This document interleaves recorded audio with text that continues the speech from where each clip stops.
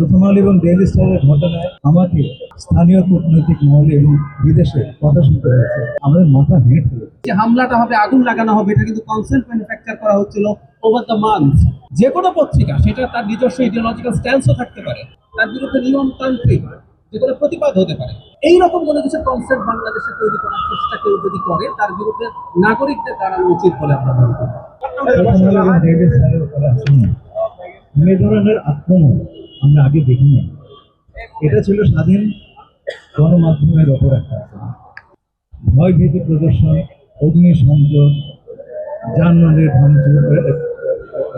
বিধ্বংস করা, ভাঙচুর করা, এগুলো একটা সভ্য সমাজের অংশ হতে পারে না।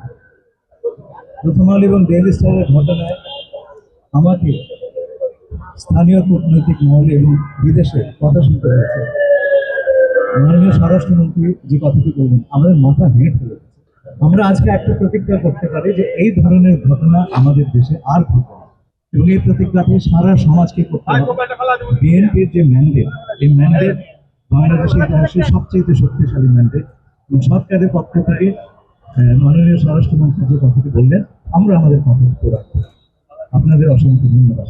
আর এছাড়াও আমি প্রথম আলো এবং ডেইলি স্টার পরিবারের প্রতি আমার গভীর সমবেদনা জানাচ্ছি। তারা যেন এই ধ্বংসস্তূপ থেকে, ধর্ষের উপর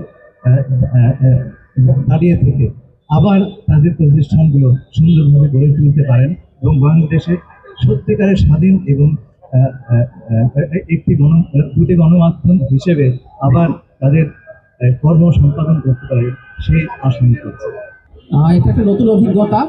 প্রথম আলো ডেইলি স্টারের ওপরে যখন নানা সময় নানা রকম হামলা হয়েছে, এবং আমরা খেয়াল করেছি হয়তো দীর্ঘদিন থেকে যে চমস্কিরা বলেছেন না, কনসেন্ট ম্যানুফ্যাকচার করা, মানে এই যে হামলাটা হবে, আগুন লাগানো হবে, এটা কিন্তু কনসেন্ট ম্যানুফ্যাকচার করা হচ্ছিল ওভার দ্য মান্থ আর ওভার দ্য ইয়ার্স। আমাদের অনেকের চোখে পড়ার কথা, বিভিন্ন জায়গা থেকে এই চেষ্টাটা হয়েছে, অ্যাক্টিভিস্টের জায়গা থেকে। আজকে ঘটনাচক্রে সরকারের অংশ, এবং যে কথা আমাদের দুজন মাননীয় মন্ত্রী বললেন, আমরা অবশ্যই অ্যাট এনি কস্ট এটার বিরুদ্ধে ব্যবস্থা নিব, যা যা হয়েছে আইনগত। কিন্তু একটা জরুরি দায় সম্ভবত আমাদের আছে, যে কনসেন্ট ম্যানুফ্যাকচার করার যখন চেষ্টা হয়, সেই চেষ্টার বিরুদ্ধে দাঁড়ানো।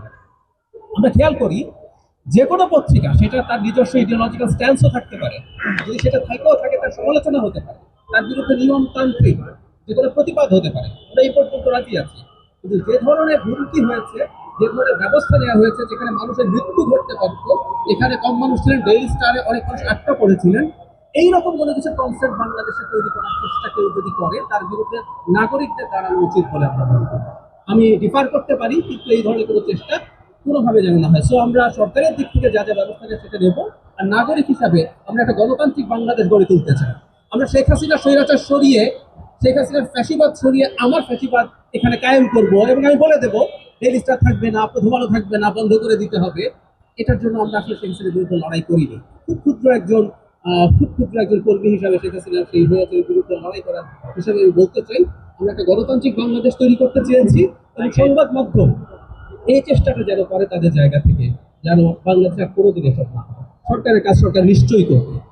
মাননীয় স্বরাষ্ট্রমন্ত্রী, একটা বিষয় একটুখানি, মাননীয় মন্ত্রী, একটা বিষয় ডেইলি স্টারে যে হবে। একটা ধন্যবাদ।